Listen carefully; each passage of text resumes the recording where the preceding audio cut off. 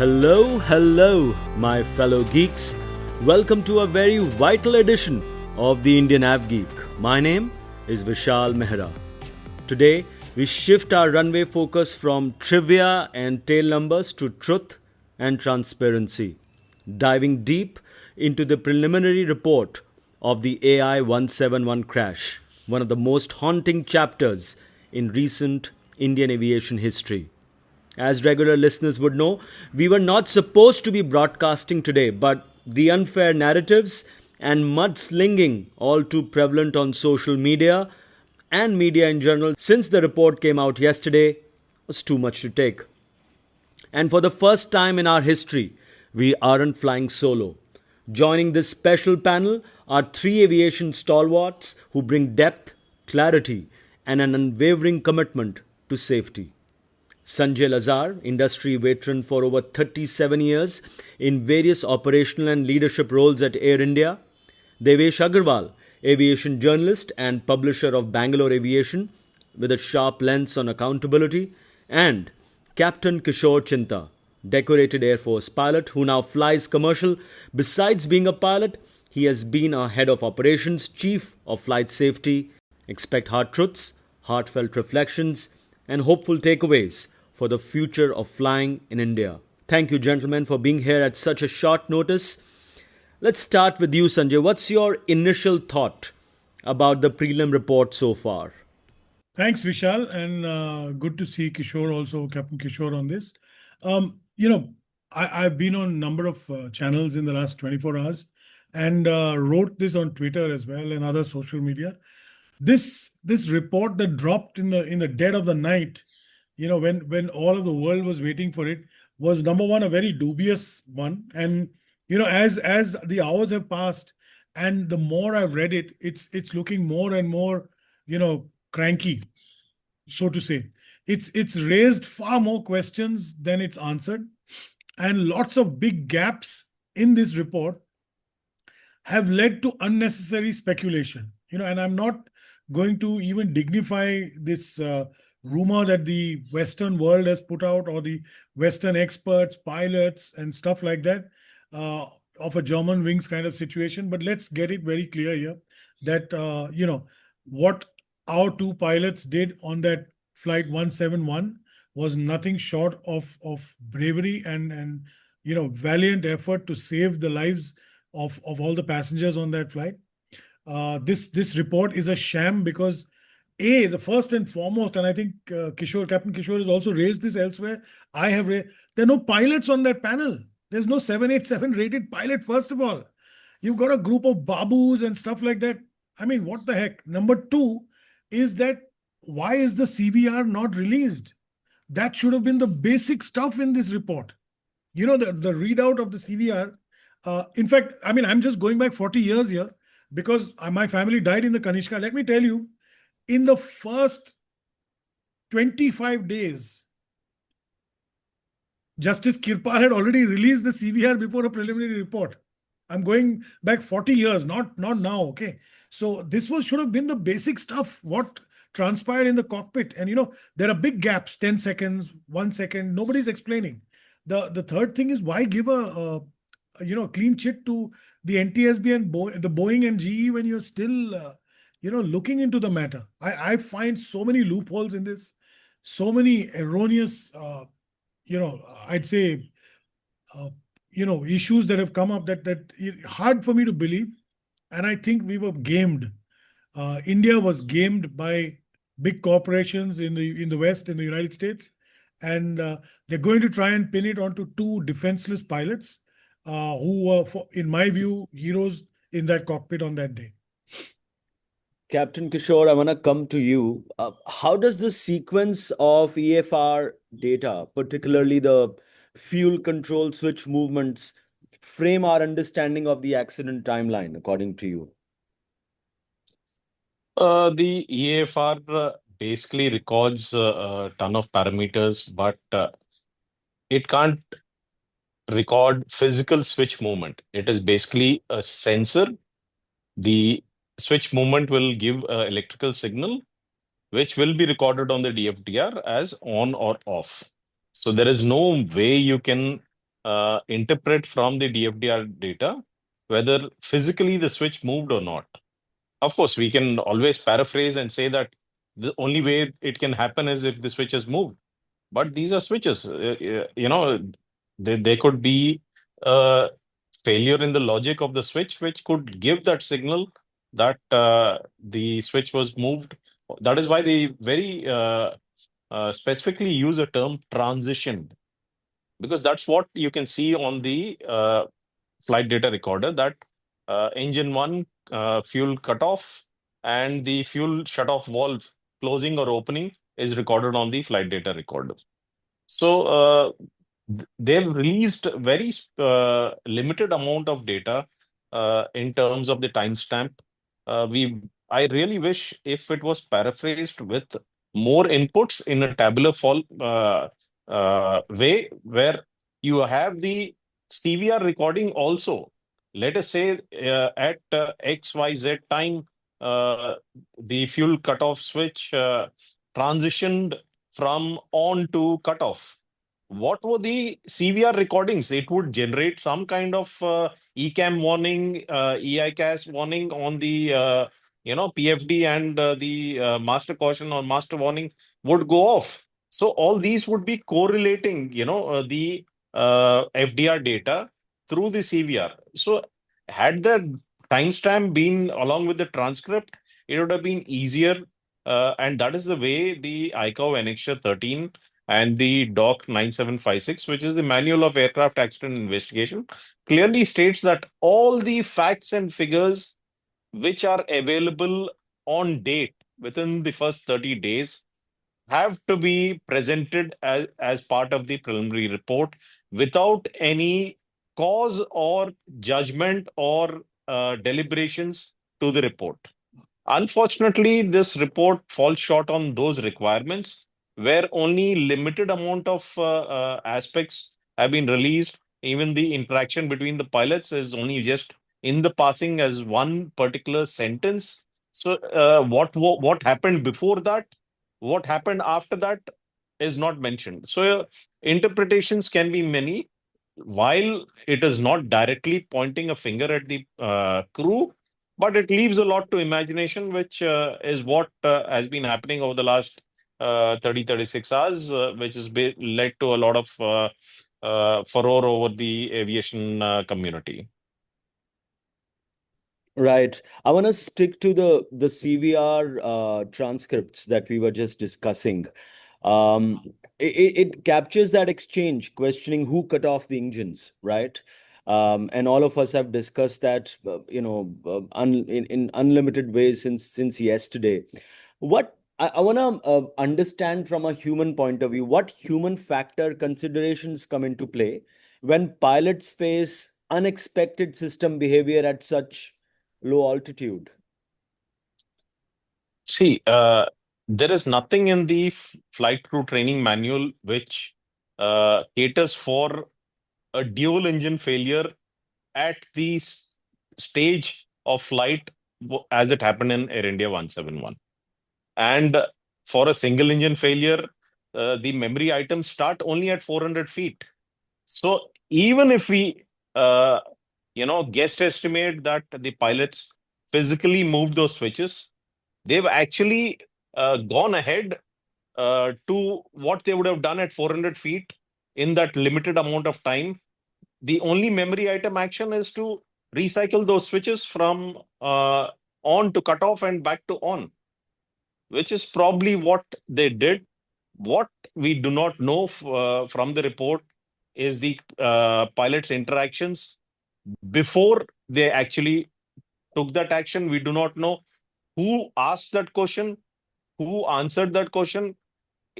In the case of the rat coming out, in all probability, the pilot flying duties would have been taken over by the PIC, because the display on the left hand side is one which is the main in case of a dual engine failure and the rat being deployed. So all these aspects would have been clarified by the CVR, the cockpit area mic, which would have clearly said what were the interactions. Was there a handover, takeover of control? who actually moved those switches back to from cutoff to on, or was there actually no action itself that the switches never moved physically? We do not know. That's On an the important FDR, point. it shows that it transitioned from cutoff to on, but have we correlated with cockpit voice recorder recordings where either of the pilot says, okay, turn them back on or put them back on? We do not know all that. There is a possibility which cannot be ruled out that these switches actually never moved because they were found in the on position.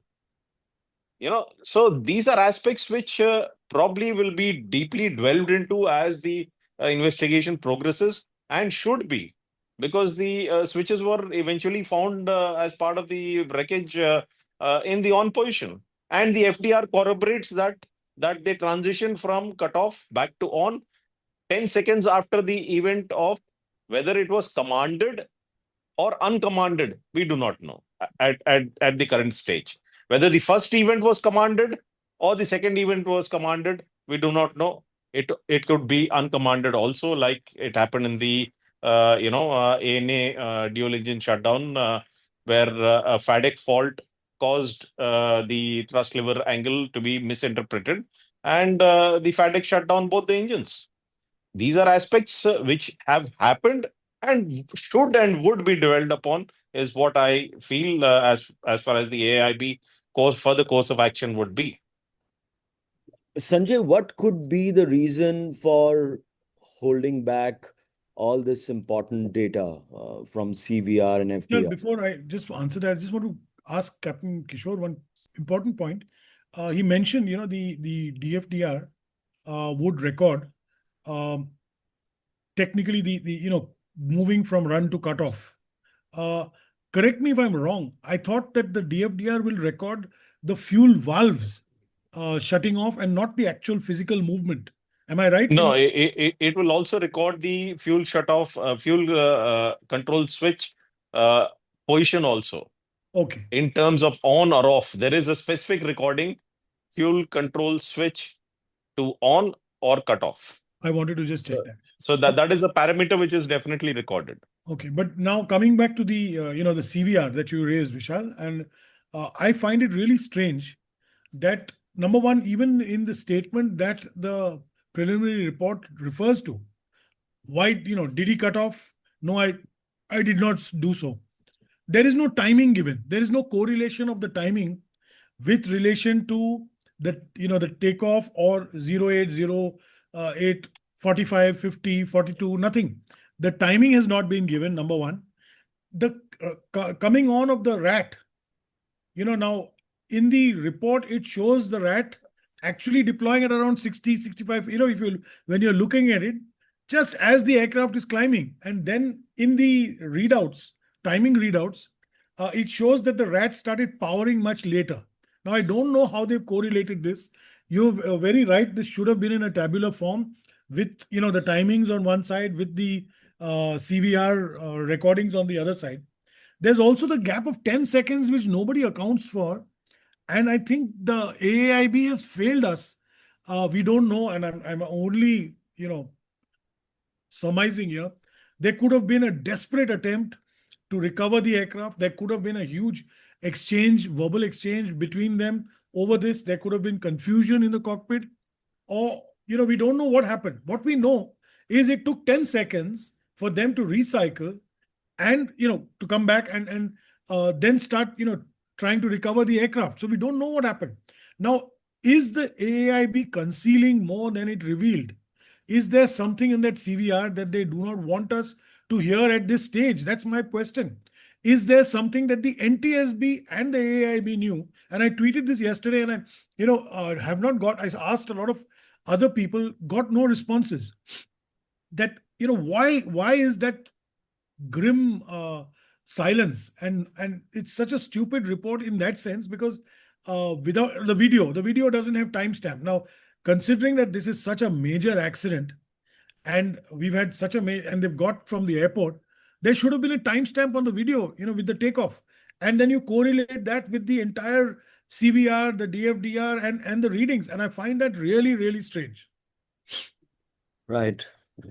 Captain Kishore, I want to ask you, once the crew reselected run and initiated a FADEC controlled relight, one engine recovered fully while the other did not. What technical or aerodynamic factors might explain that behavior? Okay, firstly, Vishal, the crew do not have to take any actions for the FADEC relight. It's automatic sequencing.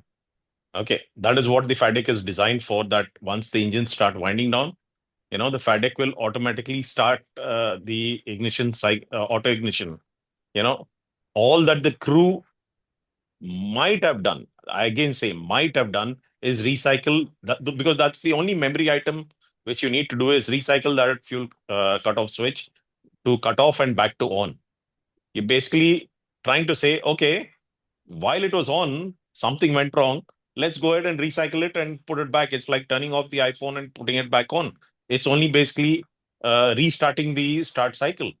So the FADEC will automatically restart the relight without any pilot input being needed. Okay, so I just wanted to clarify that. And why the left engine started spooling up and the right didn't? uh, we can see that the sequence at which the engine started winding down, we do not know. The FTR data hasn't been released. The rate at which, whether they both started winding down at the same time, it does go on to say that the left engine started picking up earlier. So it would cause some amount of aerodynamic yaw, which the thrust asymmetric control would take care of. But there would be the amount of air being pumped into the engines. If there's not sufficient air, the APU restart sequence had also started. So the engines need some air.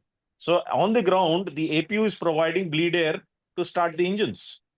Now, in the air, if you do not have adequate forward speed and adequate air going into those engines, the relight may not happen.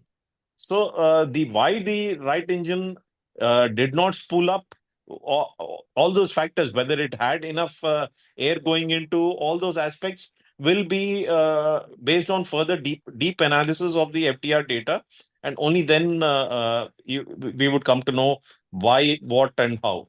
But aerodynamically, it wouldn't have any control problems as far as the crew are concerned, because the thrust asymmetric control will kick in the moment there's any adverse yaw due to the engines providing asymmetric thrust. And we do not have a timestamp as to what stage before the left engine started picking up. Probably it would be just a couple of seconds before impact. So I don't think it would have had any impact on the aircraft flyability or aerodynamic characteristics. Right.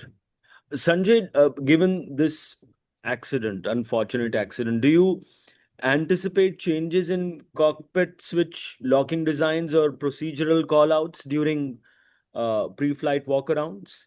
I expect, once this report is out, I do believe that couple of things, Vishal, and I may be out of line here, but and I'm saying this on your podcast, and Captain CK is here as well. I think it's time pilots in this country woke up, first of all, and this is an opportunity. I think this should have been, I may be getting out of my comfort zone here, but I believe this should have been a judicial probe along with the AAIB, because you've got a group of babus who's handling the AAIB. You've got another group of babus who's going to report to the ministry. I saw yesterday evening, I don't know if you guys recall or watched, the minister and the minister of state came out to say, no, we support the pilots. We support, because they've realized the groundswell of report people on social media who are now trying to say that, damn, you're trying to, protect a company to say, and hang a pilot. I do believe that they're under pressure. There's a lot of pressure on now the ministry can see. And that's one of the reasons why the CVR is probably concealed. I believe it's time that, pilot organizations, whether it's FIP, whether it's ALPA, ICPA, IPG, whole lot. I mean, I'm happy to join them also, moves a court or something and get some kind of order, because you've got to get data together. I also see going forward, you might have dash cam kind of situations in cockpits. You might definitely have call out. See, there are already call outs. SOP is pretty clear in this place, in this situation. But other questions need to be asked. When Vistara was operating this route before the merger, there were it was a three pilot operation. This is 9 hours plus, and though Air India has traditionally had two pilots, I don't see if Vistara had three pilots, why not adopt the best practices? That's another issue that we park for the side. The other aspect is the FAA advisory of 2018, right, which says that check this fuel cutoff switches, etc., etc. And Air India did not do that because it was not a mandatory requirement. Be that as it may, Captain CK has spoken about the ANA incident. There's also that, the 2nd May 2022 mandatory advisory on fire, which actually then goes on to say specifically that because of of FODs, you could have a situation where you get this false alarm or this alarm of uncommanded activation of the engine fuel shut off. And this was an FAA directive of 2nd May 2022. So that leaves a lot of gaps, I feel. And the AAIB has not plugged all these loopholes. They've touched on one document, not on the other. They have not referred to past incidences like the ANA. And very importantly, I don't know if you noticed, they've not even referred to FADEC as the correct term. They've called it something completely full authority dual engine control, which is which is not what it is in the manual. It's something else. So I find a lot of typos also in the report. They're very minor thing, but it's strange that this was not professionally done. I find they've not even taken the advice of any 787 check pilot, and there are many in the country. They could have done that. There are people who were with the CFOI. They could have done so much of stuff, but too many gaps. And I think this is like a stopgap thing. One of two situations is going to happen here. Either we're going to see that it was a potentially threatening situation or a intentional action, or you're going to see that there's a huge cover up here, and obviously big corporate big companies have jumped in to save their bacon. And by the time memories a year goes by, everybody's memory is gone. I think pilots, organizations must move court and get this transparently looked at, because it's high time we got professional in this country vis-a-vis administration of air safety, administration of aviation. For long, we've had only bureaucrats. It's time you put pilots in there. You put, aviators, navigators, engineers. Why are we just relying on babus and IAS guys? That's the saddest part of our aviation industry. Devesh, the FAA issued Special Airworthiness Information Bulletin NM1833 in 2018 about fuel control switch. How relevant is that to the investigation, according to you?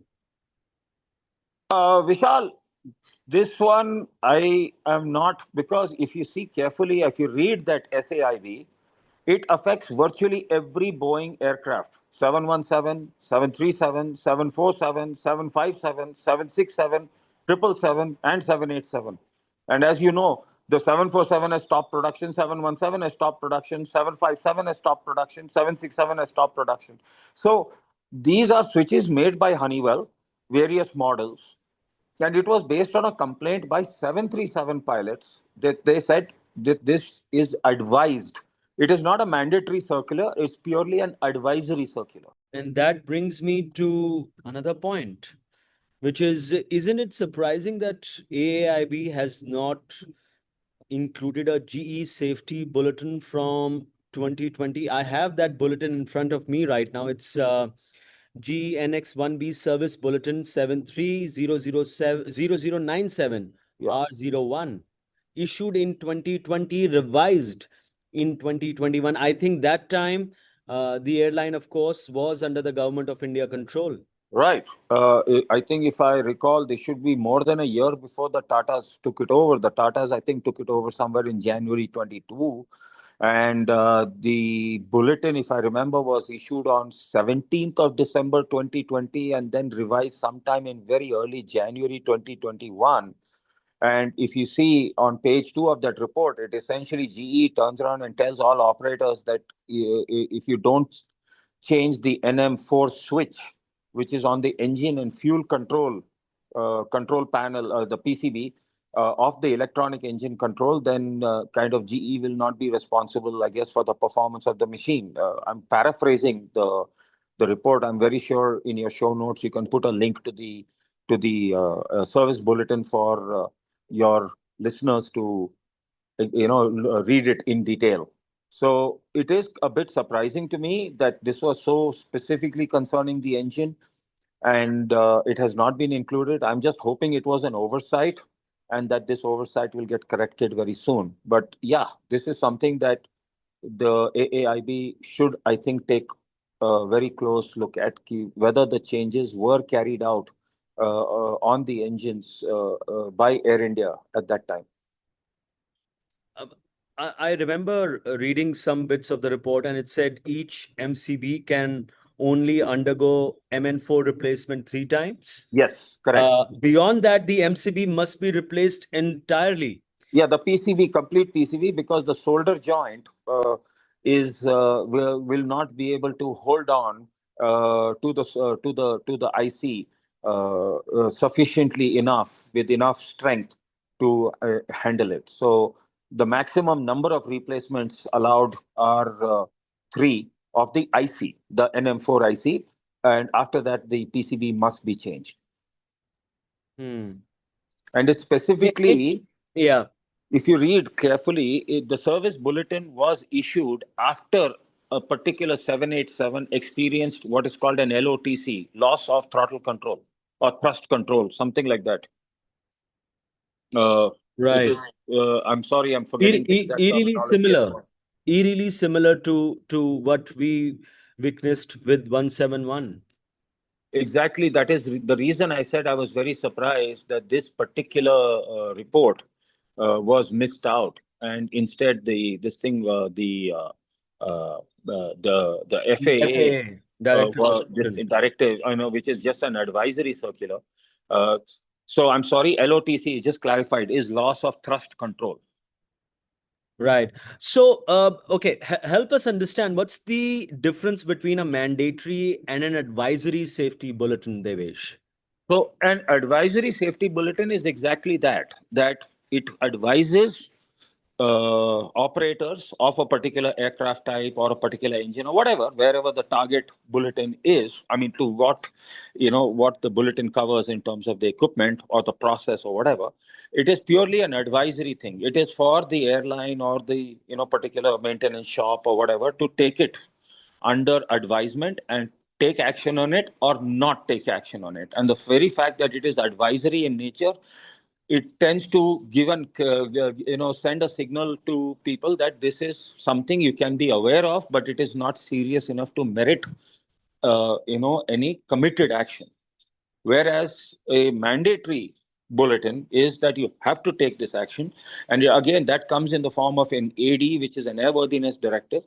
Could come in the form of a safety bulletin.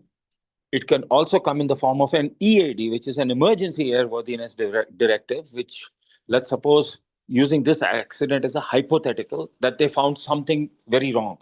Immediately, as a practice, the NTSB would advise the FAA to issue an EAD saying, oh, this is a particular fault in this particular model of aircraft, and it must be immediately corrected within 7 days or whatever. If you recall, when the Alaska 737-9 mid-frame door plug blew out, the FAA immediately issued an EAD asking all American carriers and foreign carriers who had that mid-frame door plug to immediately inspect all their aircraft. It's similar to, if you recall, the DGCA, after this AI171 crash, it instructed Air India, of course, was the only operator in India at that time.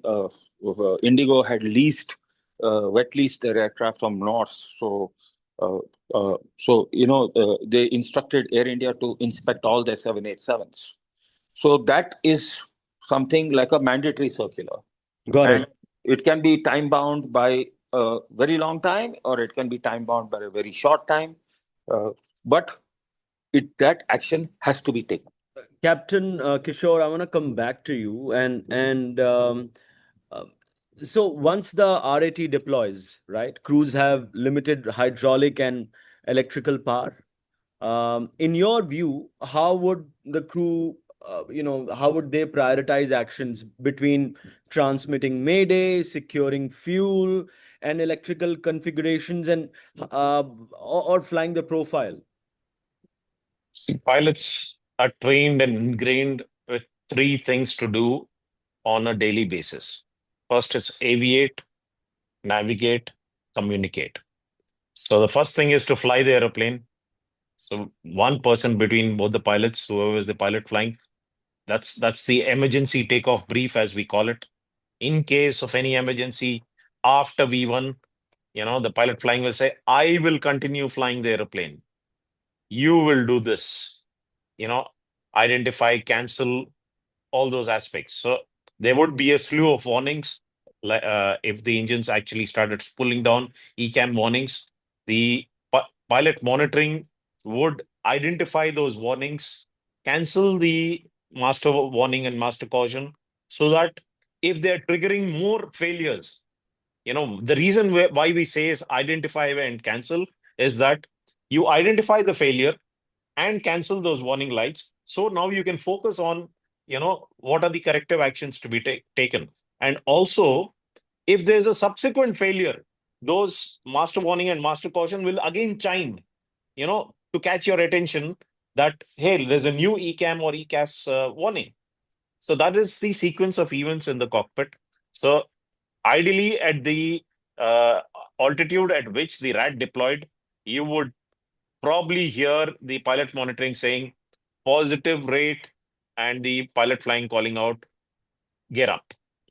But in this case, even before they actually reached that positive rate and gear up, they probably had the RAT deploy and series of cockpit warnings, which should have been documented in this preliminary report, but we do not know anything about it.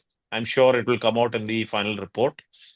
And the exchange between both the pilots, the call outs, who was flying, what was happening, all that will come out. But in ideal case situation, the pilot flying will continue flying the airplane. The pilot monitoring will identify and cancel the warnings. Once they've identified and continued flying to a safe altitude is when the Mayday call will come in. In this case, I'm sure once they saw that, nothing is working, is when the Mayday call is come in, probably simultaneously after the, fuel cutoff switches transition from cutoff to on, is when the Mayday call, hasty Mayday call would have come in before they focused on continue to fly the airplane. I just want to stick to that for a sec. I want to know from you, how intuitive is that switch layout? I know you tweeted about it yesterday as well, that it's not possible to do that in 1 second, on and off, on and off. And what best practices exist to avoid that inadvertent selection, Captain Kishore? See, the mere fact that there is a lock mechanism, that is the first prevention.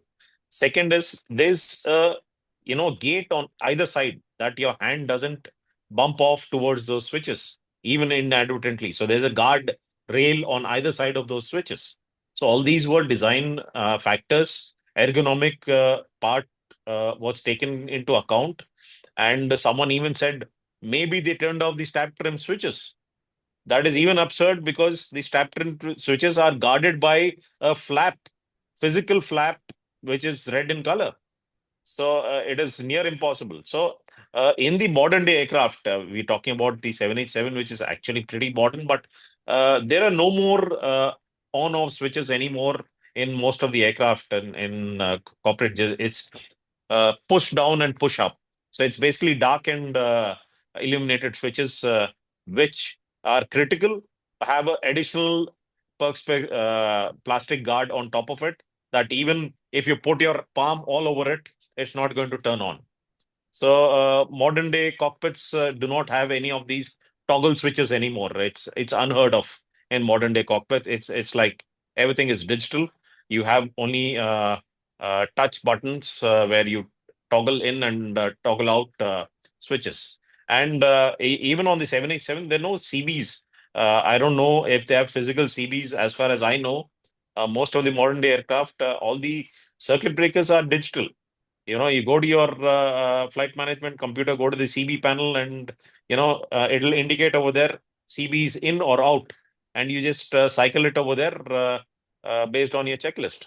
So yes, should I expect there are other aeroplanes where there is a guard for even beyond the uh, uh, locking mechanism and the spring loading? There is a physical guard. But I think we've grown beyond these physical guards. I think we should transition. The designs should change to modern switches where everything is flat in the cockpit. There is no possibility of mistaking or inadvertent touching. Even if I uh, inadvertently take my hand over there, nothing is going to operate unless I deliberately lift a guard and push a button down. So yes, I would definitely think that this accident will bring out some design changes. But the mere fact that Boeing or FAA or NTSB are all silent and do not believe that there is a requirement, that is something to be deliberated upon. I mean, ideally, tomorrow, if Maruti car is burnt on the highway, you will hear a hue and cry, and Maruti probably saying that, okay, at so and so outside temperature, this probably might happen. Please watch out. So I would have at least expected an advisory, at least. Leave alone anything else. I would have expected an advisory at least from Boeing or FAA. But Right. they seem to believe that all is well, and that is where we are all trying to raise a red flag that it is indicative that there was a human factor involved in the accident. Right. Sanjay, Captain Kishore just mentioned NTSB, AAIB, all these. So now this investigation involves multiple international bodies, right? How does this collaborative approach work? What are the um, advantages, one can say, or the challenges in an accident investigation like this, which has international collaboration? Well, Captain Kishore in the initial phase itself mentioned Annexure 13 and 3756, 9756, sorry, I think, which are documents relating to air accident investigations. And, the manufacturer, Boeing, as well as General Electric, have the right to nominate their person. NTSB has the right, FAA also has the right to nominate because, they are the manufacturing country. So obviously they join in the investigation. But I think where it appears that where India was at a disadvantage or is at a disadvantage is number one, the AAIB, though being independent, seems to be tagging on the coattails of the ministry pretty obviously, and lack of having trained, professional, qualified people, aviators in that group. You look back at all the major inquiries over the last 40 years, and I've read a lot of them, you'll always find there were very senior pilots from either one or the other airline, Air India or Indian Airlines or the Air Force. In this particular case, I don't see that to be. And I think that's where you were at a disadvantage, number one, because our guys could not trump their guys with their domain knowledge and as far as the accident investigation, the aircraft body, etc. So I find that's going to be an issue going forward. I don't know. I know the NTSB, Boeing, and GE team people will be there right through. But I still find that, if you remember, there was a lead investigator appointed and then he didn't turn up or he hadn't got his order. And then you had another investigator being nominated. in the final report. We didn't know till the final report came out who the lead investigator was. So all this is left a cloud, and normally it's supposed to be a very constructive, cooperative approach. But I somehow feel there was adversarial approach here because I'm relying on the Wall Street Journal report, which is different from what John Ostrover said. Wall Street actually made a specific statement that there was tension between NTSB and AAIB, and they threatened to walk out and leave. So if you read the Wall Street Journal report, that's the only difference between the two news reports, which means that all was not well even within the cooperative setup, and that's something that we need to look at. And this is why I keep saying, you needed a sitting high court judge, or a retired one, or a judicial commission is always preferable. Of course, they don't know about flying, but they can commandeer pilots who know everything about flying to come on as expert witnesses. Here, who have you got? Nobody. You've actually got guys who've not even expanded the acronyms correctly when you look at the report. So obviously there's many a slip between the cup and the lip here.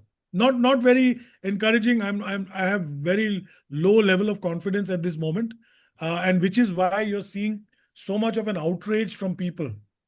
If the report was properly presented, let's for a minute assume the worst. Let's assume the worst. If it was a report properly presented with evidence, incontrovertible, and without insinuation and allegations, which this actually does underhandedly do, you would have probably found a greater level of acceptance. What you're seeing today is huge outrage, huge. I mean, I'm talking about housewives are talking about this, though they've probably never read 15 pages of the report. But they're all saying, Boeing ne kiya, America ne kiya, Trump. This is what's happening. Captain Kishore, do you expect this to affect Boeing 787's ops globally?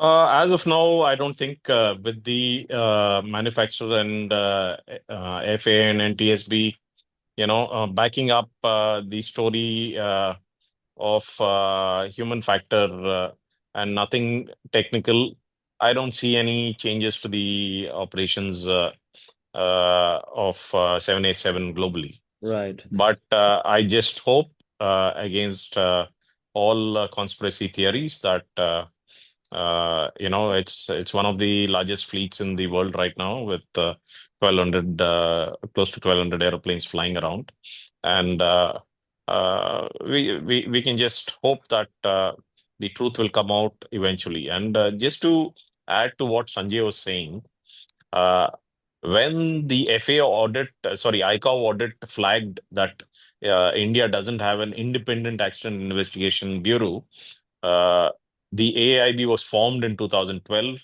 The subsequent, aircraft accident investigation rules were formed in 2017. The first batch of industry experts who were invited to be on the AAIB panel co-opted. We were not employees of AAIB, but we were on the AAIB panel for the next 3 years. We were trained by the AAIB to be ICAO Level 2 accident investigators at the Institute of Aviation in Delhi. So pilots and engineers from all the airlines and from the non-scheduled operators and general aviation were invited, and I was the first batch of that training of ICAO Level 2. I was on the accident investigation bureau panel for the 3 years before they started co-opting something called subject matter experts who would be called upon as and when required. It is not published list of these SMEs, subject matter experts. We do not know who are all the subject matter experts who are available right now. Right. And as Sanjay said, we do not know if there's a type qualified pilot who's part of the investigation. Devesh, let me come back to you. What additional evidence or analysis do you think is needed for conclusive findings to this probe? See, Vishal, any air accident investigation starts with an approach of, I am going to consider every possibility. And slowly keep eliminating possibilities till I come to what is the most possible or probable reason for a particular thing, an event to have occurred. So it is very difficult to turn around and say what additional evidence is required. If there is a video camera the inside the cockpit, I definitely feel that would have given an answer. There is still a lot of debate. And I again highlight the word used in the report is transition. It is not movement. So we do not know whether the switches were physically moved or was there some electronic or electrical malfunction that caused the switches to internally, quote unquote, transition. So maybe they will listen to the CVR very carefully to see if they can hear any clicks or anything of that sort which will indicate movement of the switch.